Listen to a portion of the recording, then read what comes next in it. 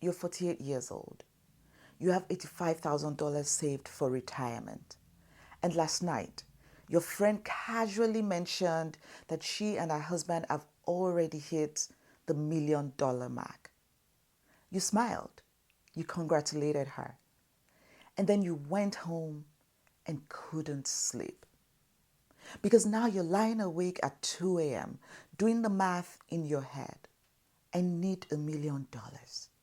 Everyone says you need $1 million, and I'm nowhere close. Here's what I want you to know. Most of what you're anxious about, it's based on myths, not reality. My name is Toyin. I'm a CPA and financial planner. And today, I'm going to dismantle the 3 biggest retirement myths that are keeping you up at night and show you what's actually true. Because here's the truth nobody tells you. The retirement advice you're hearing, most of it is generic one-size-fits-all guidance that doesn't account for your specific situation as a Canadian woman in your mid-40s or early 50s. It doesn't account for the fact that you have CPP and OAS. It doesn't account for the time you may have taken off for caregiving. It doesn't account for where you actually are in your life right now, your income, your expenses, your reality. The rules you think you have to follow, many of them don't apply to you. Let me show you. I break down strategies like this in my newsletter, showing you exactly how to apply them to your situation. Subscribe to receive practical strategies specifically for women in their 40s and 50s. The link is in the description. No generic advice, just actionable steps you can implement right away. Myth 1. Everyone says it. You need $1 million to retire comfortably. It's become this magic number that gets thrown around like it's a universal law. The reality is that the $1 million myth is one of the most damaging pieces of retirement advice out there, especially for Canadians. Here's why. It completely ignores CPP and OAS. Between Canada Pension Plan and Old Age Security, most Canadians receive between $18,000 and $25,000 per year in government benefits starting at age 65. That's money you didn't have to save for. It's already there. Let me show you the math with one clear example. Say you want $50,000 a year to live on in retirement.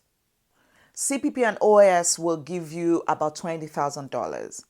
Your savings only need to cover the $30,000 gap. Using the 4% withdrawal rule, $30,000 divided by 4% is $750,000 saved. Not $1 million, $750,000. And if you're comfortable with $45,000 a year, you need even less, about $625,000 saved. The $1 million target assumes you need $60,000 a year in retirement income, but most people don't. According to Statistics Canada, the average Canadian over 65 has about $272,000 in total retirement savings. And these people aren't living in poverty. They're living comfortably because CPP and OAS cover a significant portion of their expenses. You don't need $1 million. You need to know your actual retirement spending goal, subtract what CPP and OAS will provide, and save for the gap. The number might be $600K, $700K, or $800K. Likely less than you think. Myth 2 is that you should start saving in your 20s or you'll never catch up. You should have started earlier. I hear this constantly from my clients and I watch it crush them. Starting later doesn't mean you can't retire comfortably. Let me show you the math. A 25-year-old saving $200 a month for 40 years at 6% will have approximately $394,000 saved. A 50-year-old saving $1,800 per month for 15 years at 6% will have approximately $523,000 saved. The 50-year-old ends up with more money even though they started 25 years later. because they can save more per month. Yes, they miss out on compounding, but now they have more money to save per month. Your advantages right now: one, you can save more aggressively. It's not about how much you earn, it's about how much you can save. Many women in their 40s and 50s have lower expenses than they did in their 30s. Maybe your mortgage payment is smaller relative to your income. Maybe your kids need less financial support. Maybe you've paid off debt.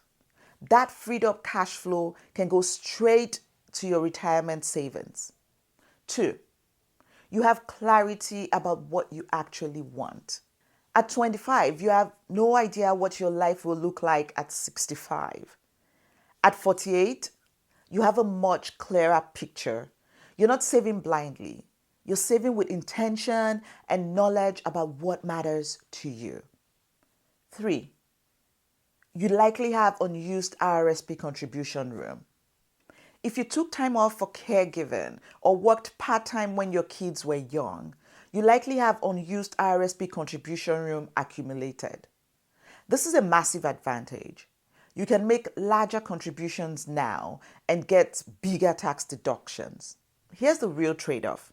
Starting later might mean working a couple of years longer, retiring at 67 instead of 65. That's it. That's the penalty for starting late. You're not behind. You're optimizing what you can save now. You won't have the same retirement as someone who started at 25, and that's okay. You'll have your retirement, and it can be comfortable and secure. The third myth is that you should plan to replace 70% of your pre-retirement income. So if you're making $80,000 now, you're supposed to need $56,000 in retirement. Here's the reality.